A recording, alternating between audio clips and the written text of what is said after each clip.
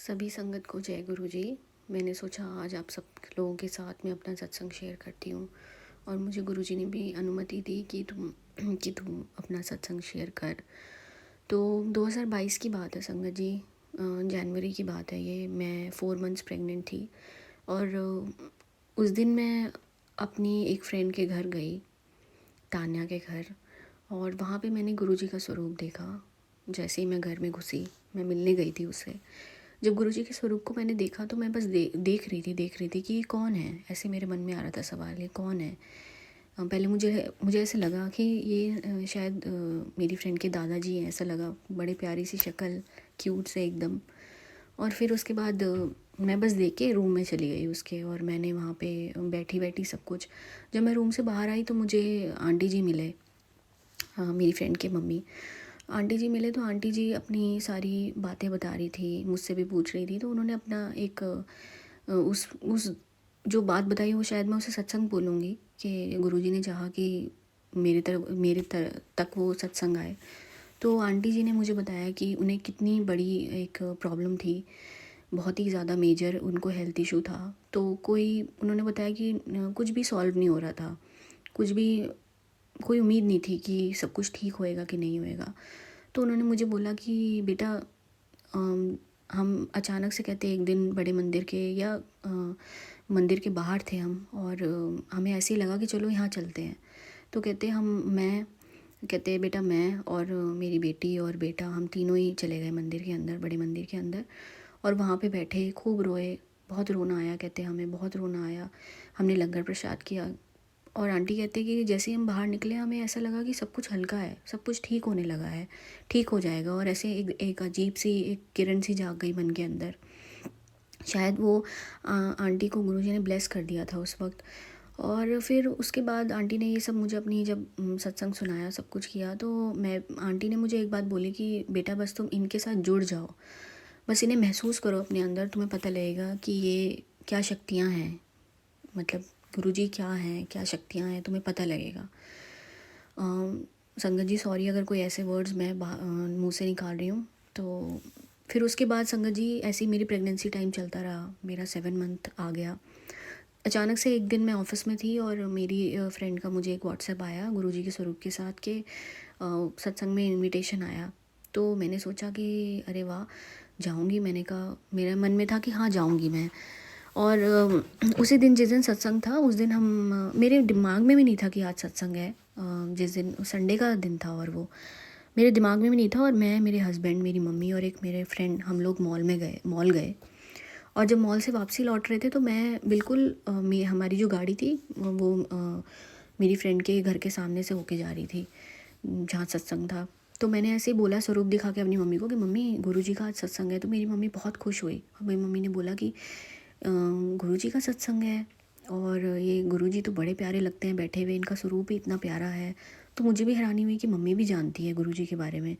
मतलब गुरुजी ने मम्मी को भी, मतलब आज वो अपने दर्शन देने के लिए बुला रहे हैं। तो बस मेरे हस्बैंड के मुंह से उतने में ही निकल गया कि चलना है क्या, चलें। बस वहीं पे यू टर्न भी दिख गया और हमने गाड़ी अपनी मोड़ ली। और जैसे ही हम लोग एंटर किए संगत जी सॉरी, हमने जैसे ही एंटर किया, आप मैं बैठी ही थी, विदिन 2 मिनट्स में मेरे आंखों से आंसू आंसू आंसू, इतने आंसू आए संगत जी, इतने आंसू आए कि मुझे समझ नहीं आ रहा था कि मुझे क्या हो रहा है ये। और फिर उसी वक्त मुझे आगे बुलाया गया। मुझे मतलब एक जल दिया गया, जो बोला गया कि अपनी डिलीवरी के वाले दिन पीना उसको। मतलब काफ़ी ऐसे लग रहा था कि गुरुजी मुझे स्पेशली सामने बुला के ब्लेस कर रहे हैं। उस वक्त मुझे इतनी नॉलेज नहीं थी, मुझे नहीं पता था ये क्या क्या हो रहा है ये सब कुछ। बस उस दिन का मुझे आज तक याद है कि मुझे आँखों में इतने आंसू थे, इतने आंसू थे, इतना भारी मन मेरा इतना वैसा हो गया था कि ऐसे रोना ही आया जा रहा था।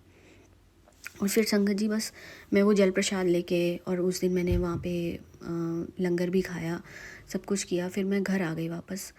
और फिर उसके बाद ना मुझे बड़े मंदिर के बारे में भी वहीं बैठ के पता चला कि बड़े मंदिर भी है, मतलब वहाँ जाते हैं लोग। और फिर संगत जी ऐसे ही हुआ, मतलब मुझे 8वां महीना लग गया। और मुझे ये नहीं पता था कि मैं जब गुरुजी को मिलने गई अपनी फ्रेंड के घर सत्संग सुनने, तो मुझे नहीं पता था कि मेरे अंदर कोई प्रॉब्लम चल रही है, मेरी प्रेगनेंसी में कोई प्रॉब्लम है। तभी मुझे गुरुजी ने बुलाया अपने पास।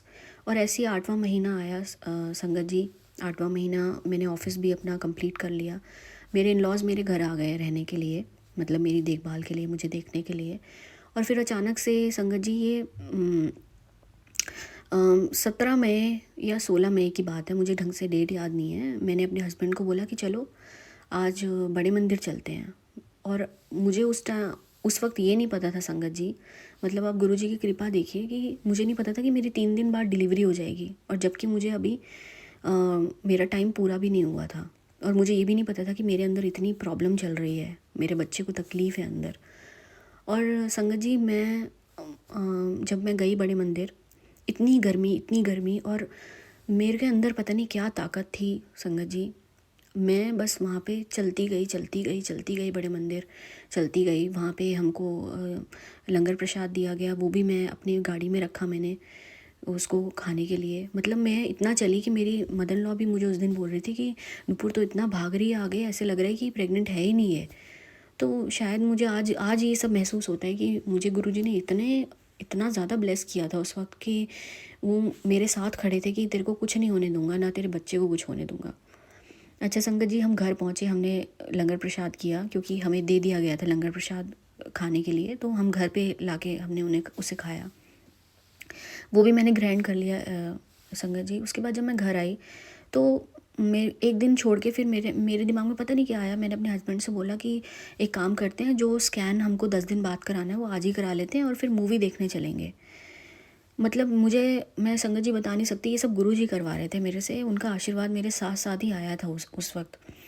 तो मैंने ऐसे बोला स्कैन कराते हैं। जब हम स्कैन कराने गए संगत जी, तो मेरे पैरों के नीचे से ज़मीन चली गई जब मुझे वहाँ पे डॉक्टर ने बैठे बैठे बोला कि आपको डिलीवरी करानी पड़ेगी, और हो सकता है तो आज ही करानी पड़ेगी, नहीं तो मैक्सिमम कल करानी पड़ेगी।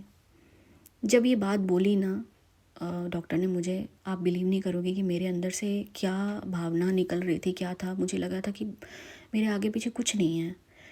और मुझे जब उन्होंने बोला कि बच्चे की ग्रोथ नहीं हो रही है अंदर, बच्चा अम्बिलिकल कॉर्ड से कुछ भी नहीं ले रहा है, ना न्यूट्रिशन ले रहा है, कुछ नहीं ले रहा है, और पिछले 1 महीने से नहीं ले रहा है ये बच्चा। और बस संगत जी, मतलब मैं उस दिन पूरा दिन धक्के खाती रही डॉक्टर के। इधर कभी 5D स्कैन करा रही हूँ, कभी 3D स्कैन करा रही हूँ देखने के लिए। तो बच्चा मेरा ठीक था अंदर गुरुजी की कृपा से। और फिर थर्सडे वाला दिन था, मैं हॉस्पिटल गई और वहाँ एडमिट हो गई। मैंने गुरुजी का स्वरूप रखा हुआ था संगत जी अपने साथ, और मैं घर जाने से पहले भी बहुत रोई, रोना आ रहा था क्योंकि बच्चा टाइम से पहले हो रहा था। और मैं गुरुजी का जल प्रसाद भी ग्रहण करके गई जो मुझे उस दिन सत्संग में मिला था। और फिर उसके बाद बस पूरा दिन निकला, मैं बिल्कुल ठीक थी, मेरे अंदर हिम्मत आ गई थी। और मेरा रात को 9:15 पे मेरी बेटी हुई।